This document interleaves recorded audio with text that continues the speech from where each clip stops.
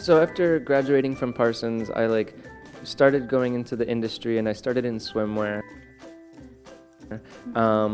And I think there was a point where I realized I really wanted to do something on my own, really push forward. And so I started with menswear and then started little bit by little bit introducing women's wear.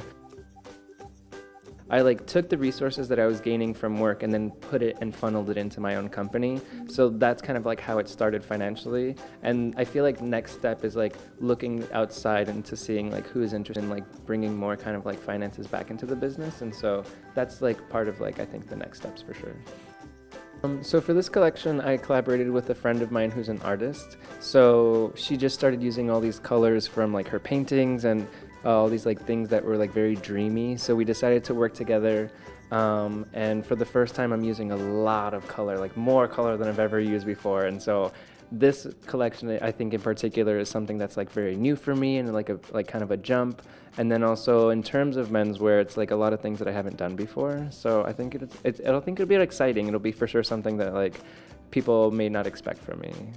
So for this one, I actually I've been working a little bit with activewear recently, and activewear uses a lot of fabrics with stretched lycra or spandex, and I've been using more and more of that. So a lot of my garments are very body contour, or I've been using things that are inspired by women's wear, dance wear. So there's some leotards that are brief cut.